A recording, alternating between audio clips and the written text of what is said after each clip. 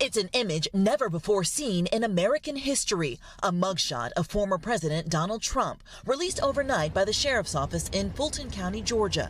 It comes after Mr. Trump surrendered to authorities at the county jail, where he was officially charged with trying to overturn his 2020 election loss in Georgia. He remained defiant as he left the state. I did nothing wrong. And overnight, describing the surrender to Newsmax. No, it is what it is. I took a mugshot, which I never heard the words mugshot.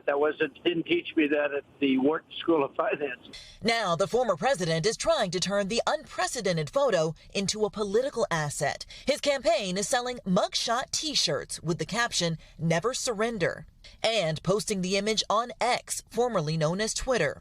His first post on the platform in more than 2 years since his suspension after January 6th. With the area around the Fulton County Jail on heavy lockdown, Mr. Trump was inside for less than 20 minutes, entering booking information, hair color, blonde or strawberry, eyes, blue, height, 6'3" and weight, 215 pounds. He was then released on a $200,000 bond. Charles Shaw, the bail bondsman who facilitated Trump's release, spoke with NBC's Gabe Gutierrez. It was a wow moment, an overwhelming moment, and I just wanted to make sure that we did it right. Outside the jail, a parade of supporters. Will you vote for him? Absolutely, 100%. Even with the legal challenges, even with the indictments? Yeah, because they're phony.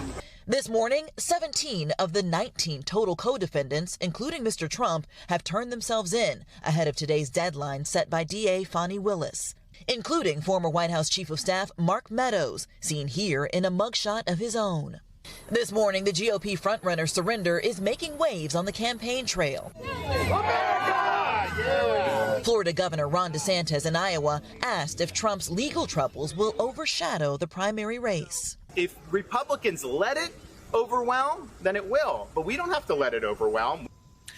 And we are closing in on that noon deadline for the remaining co-defendants to turn themselves in. The sheriff says he does believe that everyone will surrender by that deadline. Now, about that mugshot, Craig, I understand that the decision to take such a picture was not made lightly. In fact, I'm told that discussions as to whether or not the mugshot would be taken were happening as late as yesterday. Craig. All right, Blayne Alexander starting us off there in Atlanta. Blayne, thank you. Let's get some perspective on the overnight developments from NBC senior legal correspondent Laura Jarrett and NBC chief White House correspondent Kristen Welker. Ladies, good morning to both of you. Good morning. Let's start with the legal side, Laura. So the president now, he's been booked. He's posted bond. We've seen the mugshot. What does this mean for the case moving forward now? Where does it go? Legally, the most important aspect of this entire sort of process for the former president is that he abides by those conditions for his release. Remember, we've seen the sort of paper that sets out the fact that he can't intimidate witnesses. He can't even talk to his co-defendants about the facts of the case. And we know that former Mayor Rudy Giuliani said, oh, I talked to him earlier this week. We don't know what they talked about, but it just shows you sort of the delicate dance the prosecutors are going to have here to decide when do we want to bring something to the judge's attention, and the judge, how much does he want to enforce this? How strictly does he want to read into it? How do they go about enforcing the conditions of the bail? The prosecutors, if they thought there was a violation, they would bring it to the judge's attention, and then they would have to hold a hearing. And of course, the judge wouldn't necessarily throw him in jail right away. He could issue a contempt order. He could give him an admonishment. He could do a fine. You could do any number of things short of jail. Former president also changed attorneys there in Georgia once again, just days before he was booked yesterday. What, if anything, can we glean from that? And do we know if the attorneys quit or if the former president fired them? We don't know. It's hard to know whether is it about money? Is it about strategy? We've seen it before. He has something of a pattern of switching lawyers late in the game. I will mention, though, the person that he has hired is someone experienced in criminal defense in Atlanta, someone well-known in those circles. And so you can understand why you want someone on your side in this case like that. Kristen, let's turn to the political ramifications. Take us, first of all, just inside Trump world. What are you hearing from people who are in that inner circle about what transpired last night, that surreal moment of seeing a former president's mugshot? It was a surreal moment. I spoke with aides who were traveling with the former president, and they said he remains defiant. And I think that was highlighted by his decision to post his mugshot on X, formerly known as Twitter, the first tweet we have seen since January of 2021. And he is using this as a rallying cry, taking a step back. This fits into a strategy we've seen from the former president since 2016.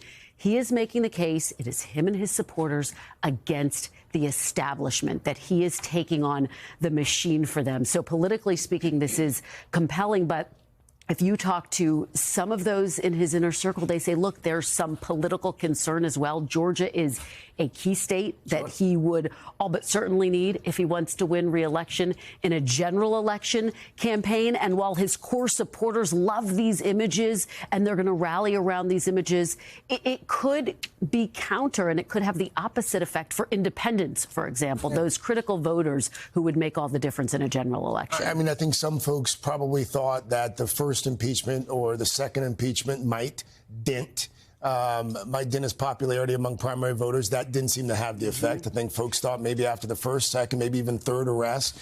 Now there's a fourth arrest. Now there's a mugshot. Is there any reason to believe that this will be the thing that finally sways some of the former president's most diehard supporters? There's no indication that former President Trump's diehard supporters would waver at all for any reason. And look at what we saw this week, the first GOP primary debate.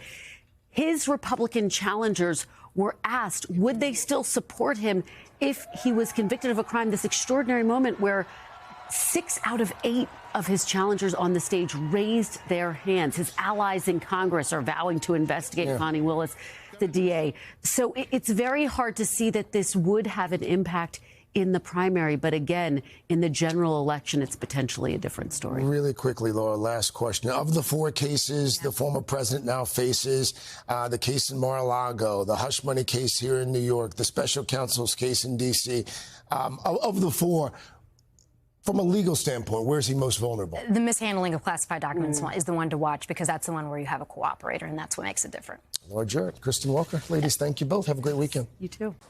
Hey, thanks for watching. Don't miss the Today Show every weekday at 11 a.m. Eastern, 8 Pacific on our streaming channel, Today All Day. To watch, head to today.com/allday or click the link right here.